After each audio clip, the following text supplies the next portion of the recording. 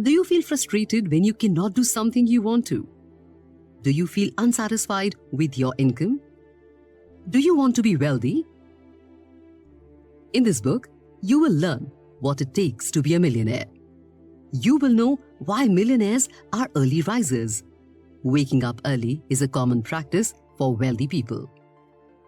You will know how waking up early can be the easiest thing in the world. There are simple steps that can make you like early mornings. You will come across essential principles that will help you in life. These principles will make you wealthy in terms of money and spirit. They will also help you become a better person. Becoming a millionaire is not just about learning ways to earn money.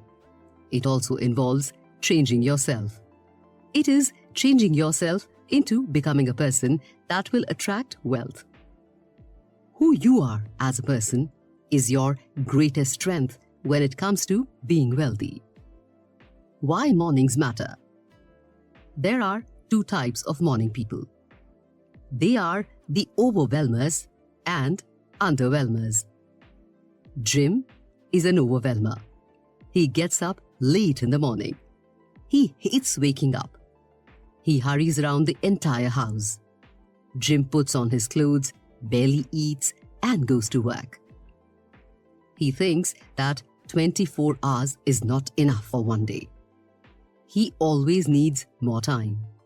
Jim's typical morning is similar to a fire drill. It is filled with noise and chaos. He has no time to enjoy his mornings. And then there is Chloe. She is an underwhelmer. She wakes up late, but for her, life is like a slow-paced movie. She gets up and thinks. She takes the time to reflect on all the things in the world. When Chloe realizes she is late for work, she prepares as slowly as possible. For her, the day is like a butterfly, going from flower to flower. Her slow pace stops her from getting things done. You might be like Jim. You might be like Chloe. It does not matter. What matters is that you need to change your morning behavior right now. You cannot accomplish anything if you wake up late. Would you do something that you hate? Probably not. That is one primary reason you cannot seem to wake up early in the morning. You and almost everyone else have the same problem. Getting up early in the morning is such a struggle. You might have noticed a system in your life. It is the system of staying up late at night and complaining when you do not get enough sleep. This needs to stop right now. You can wake up early by following the miracle morning approach. This approach helps you recognize the need to get up early. It will make you look forward to getting out of your bed and start your day. Robin Sharma is a famous entrepreneur and a remarkable author. He says that all successful people have one thing in common. All successful people are early risers. There are many benefits of getting up early. First, you will be more productive. More time means more things you can accomplish. Second, you will be relaxed and you can concentrate better. You can organize and prepare properly. Late risers are in a rush the moment they wake up. They are stressed the whole day because they did not have the chance to plan their schedule. This results in forgetting about a lot of things. Early risers plan for their day in the mornings. They are in control of their lives. They do not hurry on their tasks and deadlines. Third, you will have more energy. Millionaires know the importance of morning exercise. A few minutes of physical activity in the morning will make your day. It will increase your blood supply to the brain. This will help you think clearly. It will also help you focus. How to become a morning person? In just 5 minutes. When the alarm buzzes, you immediately turn it off in the morning. You want to wake up. You know you need to wake up. But a voice inside your head tells you to sleep for 5 more minutes. This is called rationalization. Rationalization will tell you that there is no harm in sleeping for 5 more minutes. But in reality, you sleep for another hour. Then you panic because you are late for work. You skip breakfast, which makes you irritable for the rest of the day. Waking up late causes a lot of unpleasant consequences. To wake up early in the morning, Hal, one of the authors of this book, follows 5 simple steps. This can be done in just 5 minutes. Minute 1. Hal sets his intentions before going to bed. When you go to bed excited, you will wake up excited for the next day. Think back to when you were a kid during Christmas Eve. You looked forward to going to bed. It meant that you would wake up to see the gifts from Santa in the morning. You will not wake up early if you go to bed with negative thoughts. Suppose you think that waking up early is such a struggle. You do not like it, and you do not look forward to it. This perspective will make you want to turn off the alarm first thing in the morning. You will feel you have not slept enough. It is your thoughts that determine how well you will wake up. Minute 2. Hal keeps the alarm clock as far away from him as possible. He has to walk across the room to turn it off. In this way, the temptation to stay in bed disappears. This will also increase his wake up motivation level, or WUML.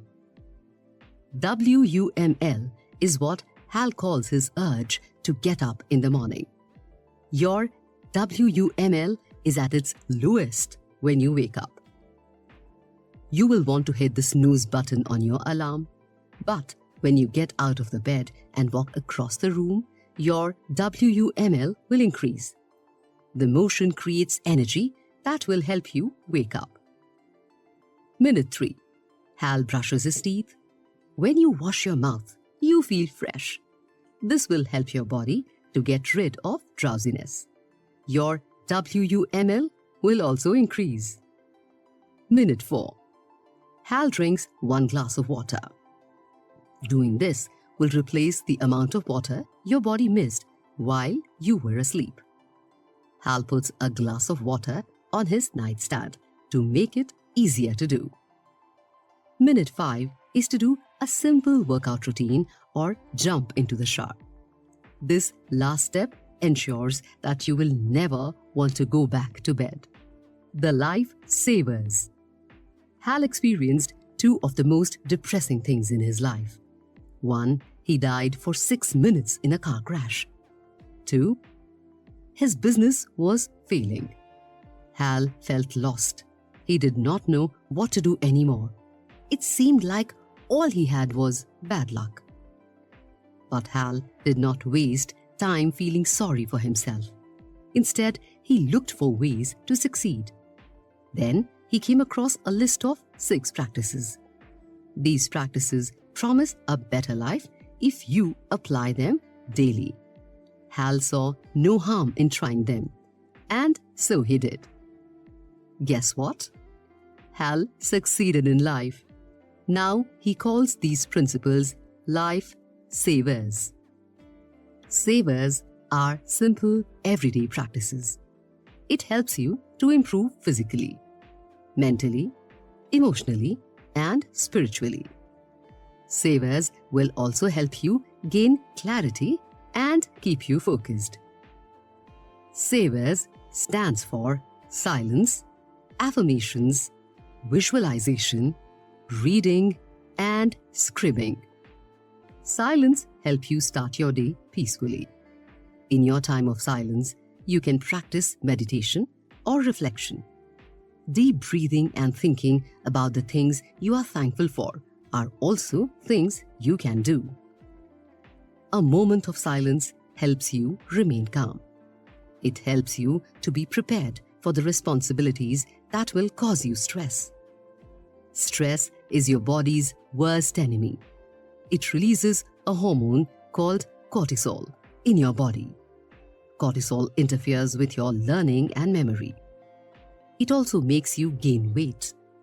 Too much cortisol results in high blood pressure and heart disease. Silence lowers the cortisol level in your body. A survey done by medical groups showed that meditation reduces stress. It also lowers high blood pressure. Affirmations are positive statements you say in your head. A person's mindset is the driving force behind their success. So, program your mind with powerful affirmations. You will be able to achieve your goals easily. These 3 steps will help you create affirmations. Step 1. Write down a goal and commit to it. It should be something that has a significant impact on your life. Step 2. Clearly specify the things you need to do to achieve your goal. It will not work if you do not wholeheartedly commit to it. So, clearly state how often you will need to do those things. Step 3. Your affirmations are not just there to boost your confidence. They are made to keep you focused. So, schedule some time in your miracle mornings to read them out loud. In that way, you will remember what you are working hard for. Visualization is a common practice among athletes. They imagine themselves running on the track and winning by following this technique. These 3 simple steps will make it easier to practice visualization. Step 1. Find a quiet place. Then, sit in a comfortable position. Breathe deeply and close your eyes. Step 2. Visualize what you want in life. People usually think visualizing their success is scary. They think they do not have what it takes to achieve what they want. But do not doubt your capabilities and skills. You are meant to make your dreams turn into reality. Step 3. Visualize yourself doing what you want to do. Enjoy the process. Try to imagine how you would feel living your dream. Exercise is an important part of your miracle mornings. With a few minutes of exercise every morning, you will be more self-confident. You will become more focused and emotionally strong. Exercising will increase your energy level and keep you motivated for the rest of the day. To become wealthy, just being goal-oriented is not enough. You will need energy to take on challenges. Reading is a good way of relieving stress. It improves your knowledge. It will be there to guide you on your journey to success. If you want to start a business, read about startup companies. Want to improve your mood? Find books about having a happy outlook in life. Want to learn how to cook? There are millions of cooking books. From books, you will learn many things that will help you improve your personality, relationships, career, lifestyle, and mindset to succeed. Last on the Savers principle is scribbing. Scribbing is also known as writing. You can write down your realizations. You can come back and look over them from time to time. This will help you review your mistakes. Thus, you will know what to avoid doing in the future. What other benefits can writing give you? First, you will have clarity. By writing, you can understand your past and present situations. This will help you plan. You will know what to do and what not to do. Second, you can capture and organize ideas in one place. You will not forget ideas that can potentially bring you success. Third, you will be able to review.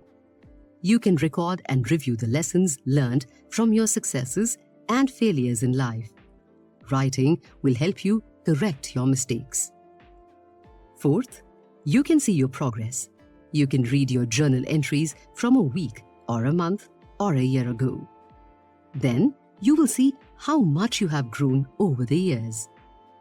Fifth, writing improves your memory.